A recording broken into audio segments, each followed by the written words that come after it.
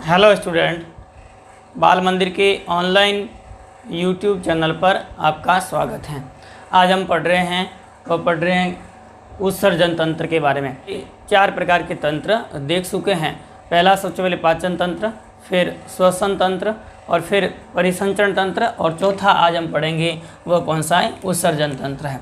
अब उत्सर्जन तंत्र किसे कहेंगे, तो आप ध्यान देंगे कि शरीर के अंदर विभिन्न प्रकार की उपापचयी क्रियाएं होती हैं। उन उपापचयी क्रियाओं के फलस्वरूप या शारीरिक क्रियाओं के फलस्वरूप विभिन्न प्रकार के अपशिष्ट पदार्थ बनते हैं, जैसे कि यूरिया, यूरिक अम्ल या कार्बन डाइऑक्साइड या अन्य कुछ पदार्थ होते हैं वह बनते हैं।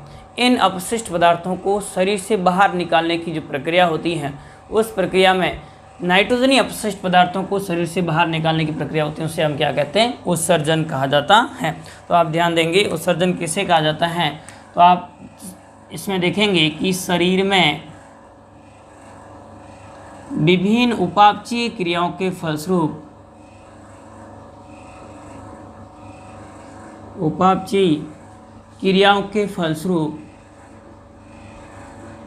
विभिन्न उपापचयी क्रियाओं के फलस्वरूप बनने वाले अपशिष्ट पदार्थों को शरीर से बाहर निकालने की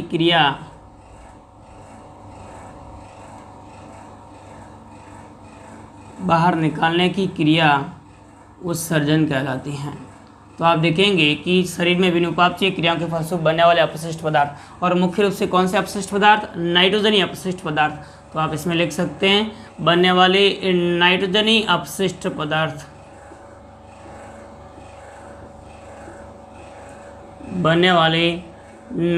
अपशिष्ट पदार्थों को शरीर से बाहर निकालने की क्रिया क्या कहलाती है, उत्सर्जन कहलाती है।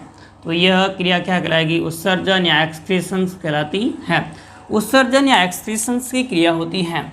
इस क्रिया में कौन कौन से नाइट्रोजन अपशिष्ट पदार्थ होते हैं जिनको शरीर से बाहर निकाला जाता है, तो उसमें आप ध्यान देंगे यूरिया हो सकती है, या यूरिक अम्ल हो सकता है, या आप ध्यान देंगे तो इसमें अमोनिया हो सकती हैं, या आपको इसमें ध्यान रखना है कुछ हेफोरिक अम्ल और इस प्रकार के पदार्थ भी उपस्थित हो सकते हैं, एमिनो अम्ल भी हो सकते हैं। इस प्रकार के पदार्थ होते हैं, उनको शरीर से बाहर निकालने की क्रिया होती है, उसे हम क्या कहते हैं, उत्सर्जन कहा जाता है।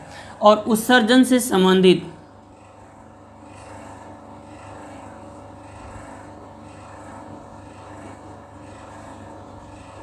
क्रिया में भाग लेने वाले अंगों को हम क्या कहते हैं, उत्सर्जन की क्रिया में भाग लेने वाले अंग होंगे उन्हें हम क्या कहेंगे, तो उन्हें हम क्या कहते हैं, भाग लेने वाले अंग होंगे उन्हें उत्सर्जी अंग कहा जाता है।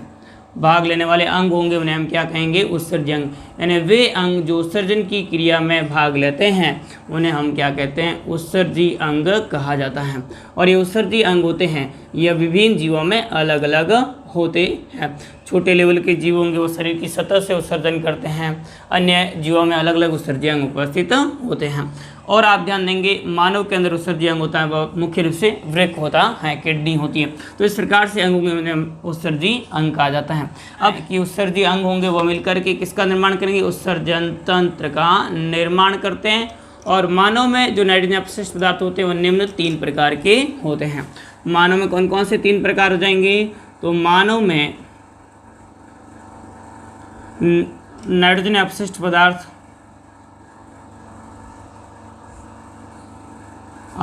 पदार्थ निम्न 3 प्रकार के होते हैं। अपशिष्ट पदार्थ निम्न 3 प्रकार के होते हैं। कौन कौन से होते हैं, तो ये निम्न 3 प्रकार के होते हैं, वो हमें ध्यान रखना है। पहला अमोनिया होगा, दूसरा कौन सा होता है, यूरिया, और तीसरा कौन सा होता है, तो तीसरा होगा अब यूरिक अम्ल होता है। तो इस प्रकार से यूरिया हो गया, यूरिक अम्ल हो गया, और क्या हो गया, अमोनिया हो गई। पहला सबसे पहले हमें ध्यान रखना है कौन सा, तो आपको ध्यान रखना अमोनिया।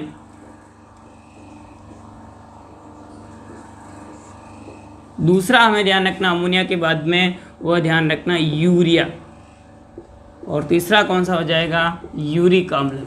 तो तीसरा होता है वह यूरिक अम्ल होता है। तो यह इस प्रकार से हमें ध्यान रखना है, किसके बारे में, उत्सर्जी पदार्थों के बारे में हमें ध्यान रखना है। ये 3 प्रकार का आपको ध्यान रखना है, वह उत्सर्जन नाइट्रोजन अपशिष्ट पदार्थों का होता है। सबसे पहला हमें ध्यान रखना है अमोनिया ध्यान रखना है। और अमोनिया होती है, उसका उत्सर्जन करने वाले प्राणी अमोनोटेलिक कहलाएंगे। और अमोनिया किससे बनती है, तो आप सबसे पहले ध्यान रखेंगे कि प्रोटीन होते हैं या एमिनो अम्ल होते हैं। प्रोटीन एवं एमिनो अम्ल होंगे, इन प्रोटीन और एमिनो अम्ल होंगे, उनका विघटन होता है। और उनका विघटन होने के फलस्वरूप किसका निर्माण होगा, तो अमोनिया का निर्माण होता है। और अमोनिया होती है, अत्यधिक जहरीली होती है, जिनको शरीर से बाहर निकालना आवश्यक होता है। एवं वे प्राणी जो नाइट्रोजन अपशिष्ट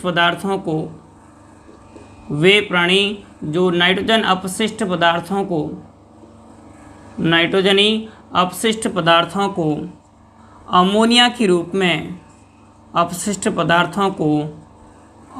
के रूप में उत्सर्जित करते हैं। अमोनिया के रूप में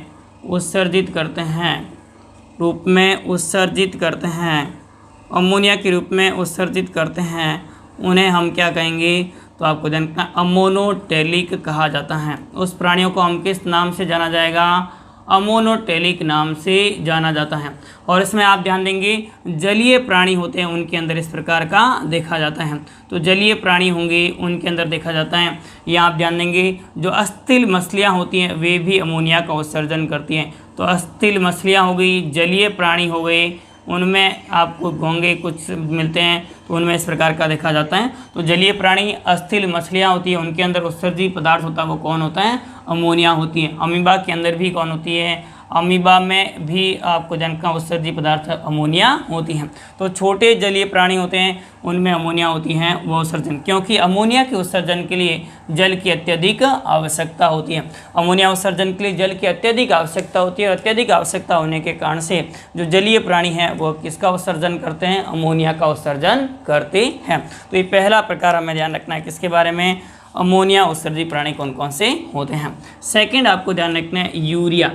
यूरिया में आपको क्या ध्यान रखना है कि जो अमोनिया होती हैं उस अमोनिया की तुलना में यूरिया होगी वह जल में कम घुलनशील होती हैं। और अमोनिया होती है, उस अमोनिया को यकृत में, अमोनिया जो प्रोटीन और एमिनो के विघटन से बनती है, उसको यकृत में आप ध्यान देंगे तो ऑर्निथिन चक्र के माध्यम से यूरिया के रूप में परिवर्तित कर दिया जाता है।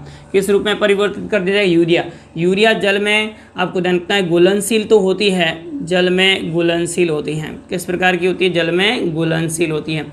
और आप ध्यान देंगे यूरिया होती हैं वो अपेक्षाकृत कम विषैली होती हैं। अपेक्षाकृत क्या होगी, कम विषैली होती हैं। तो ये हमें ध्यान रखना, अपेक्षाकृत क्या होगी, यह कम विषैली होती हैं। और इस कारण से इसको लंबे समय तक शरीर में संग्रहित किया जा सकता है। तो लंबे समय तक इसको शरीर में संग्रहित किया जा सकता है यूरिया को। इस कारण से आप देखेंगे कि जो स्थलीय प्राणी होते हैं उनके द्वारा यूरिया का उत्सर्जन किया जाता है। वे प्राणी जो नाइट्रोजन अपशिष्ट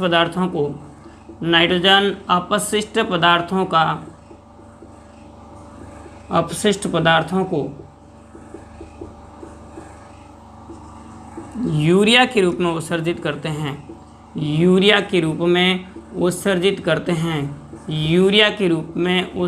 करते हैं, उन्हें हम क्या कहेंगे, तो आपको ध्यान रखना है यूरियोटेलिक कहते हैं। उन्हें हम किस नाम से जाना जाएगा, यूरियोटेलिक के नाम से जाना जाता है।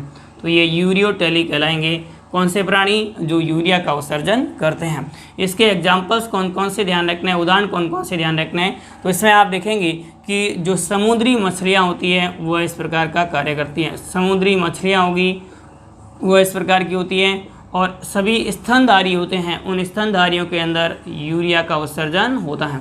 तो स्तनधारी होंगे, उन सभी स्तनधारियों में यूरिया का उत्सर्जन होता है।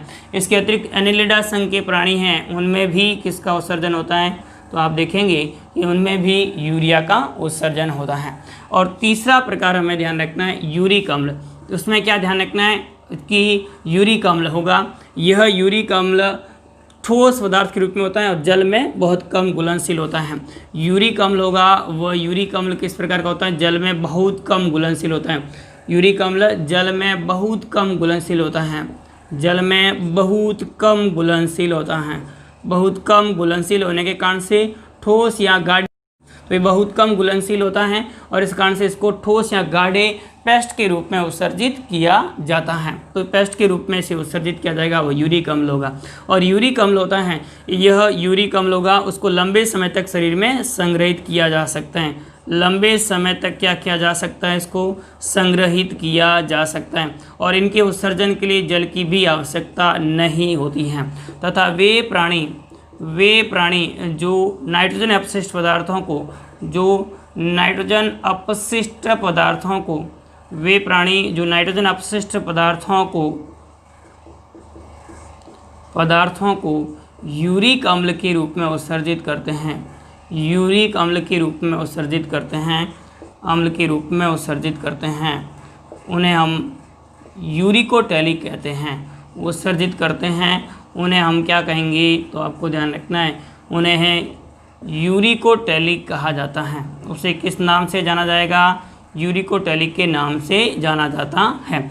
पक्षी होते हैं, वे किस प्रकार के होते हैं, यूरिकोटैलिक होते हैं। तो इसमें उदाहरण आप ध्यान रख सकते हैं, पक्षी इस प्रकार के होते हैं और आप ध्यान देंगे सरीसृप होते हैं, वह इस प्रकार के होते हैं। तो पक्षी हो गए, सरीसृप हो गए, कुछ घोंगे होते हैं, वह इस प्रकार के होते हैं। तो पक्षी, सरीसृप, घोंगे और कुछ कीट होते हैं, उन कीटों के अंदर भी उत्सर्जी पदार्थ होता है, वो कौन उपस्थित होता है, यूरिक अम्ल होता है। तो इस प्रकार से जो है वो नाइट्रोजन अपशिष्ट पदार्थ होते हैं, वो निम्न 3 प्रकार के होते हैं जिनका उत्सर्जन किया जाता है।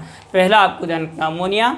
तो वे प्राणी जो कि नाइट्रोजन अपशिष्ट पदार्थों को अमोनिया के रूप में उत्सर्जित करते हैं, उन्हें अमोनोटैलिक कहते हैं। जैसे कि जलीय प्राणी, अस्थिल मछलियाँ या अमीबा होता है, वह अमोनोटैलिक प्रकार का होता है। और इसमें आप देखेंगे तो जो शरीर में अतिरिक्त रूप से प्रोटीन और अम्ल अम्ल होते हैं, उनका विघटन होता है अमोनिया में, और अमोनिया होगी वो जल में अत्यधिक घुलनशील होती है और अत्यधिक घुलनशील होने के कारण से जलीय प्राणी हैं वो आसानी से अमोनिया का उत्सर्जन कर सकते हैं। अमोनिया होती है वह अधिक हानिकारक होती है, अधिक जहरीली होती है, विषैली होती हैं। फिर उसके बाद यूरिया अमोनिया की तुलना में कम हानिकारक होती है और अमोनिया होगी उसको यकृत में ऑर्निथिन चक्र के माध्यम से यूरिया बदल दिया जाता है। यूरिया जल में घुलनशील होती है, साथ में अपेक्षाकृत कम विषैली होती है, इसके कारण से इसको लंबे समय तक संग्रहित रखा जा सकता है और इस कारण से स्थलीय प्राणी होते हैं, उनके अंदर उत्सर्जी पदार्थ कौन होता है, यूरिया होती है। फिर उसके बाद में आपको ध्यान रखना है, वे प्राणी जो नाइट्रोजन अपशिष्ट पदार्थों को यूरिया के रूप में उत्सर्जित करते हैं, उन्हें यूरियोटैलिक कहा जाता है। और उदाहरण कौन से ध्यान रखना है, समुद्री मछलियाँ हैं, या आपको इसमें ध्यान रखना है स्तनधारी प्राणी होते हैं, उसके अंदर उत्सर्जी पदार्थ होता है, वह कौन होता है, तो यूरिया होती हैं। फिर उसके बाद में आपको ध्यान रखना है यूरिक अम्ल। और यूरिक अम्लों का जल में बहुत कम घुलनशील होता है, इसको गाढ़े पेस्ट या ठोस के रूप में उत्सर्जित किया जाता है और इसको लंबे समय तक प्राणी अपने शरीर में संग्रहित रख सकते हैं। और वे प्राणी जो नाइट्रोजन अपशिष्ट पदार्थों को यूरिक अम्ल के रूप में उत्सर्जित करते हैं, उन्हें हम क्या कहते हैं, यूरिकोटैलिक कहा जाता है। पक्षी, सरीसृप और कुछ कीट होते हैं, वे कीट यूरिक अम्ल का उत्सर्जन करते हैं, ऑर्थोपोडा संघ के प्राणी यूरिक अम्ल का उत्सर्जन करते हैं। तो इस प्रकार से जो हमारा जो टॉपिक था उसमें सबसे पहले आपको ध्यान का उत्सर्जन तंत्र किसे कहते हैं और उत्सर्जी पदार्थ कौन कौन से होते हैं। नेक्स्ट अगली क्लास में हम देखेंगे मानव में उत्सर्जन तंत्र होता है, उसकी संरचना किस प्रकार की होती है। तब तक के लिए धन्यवाद।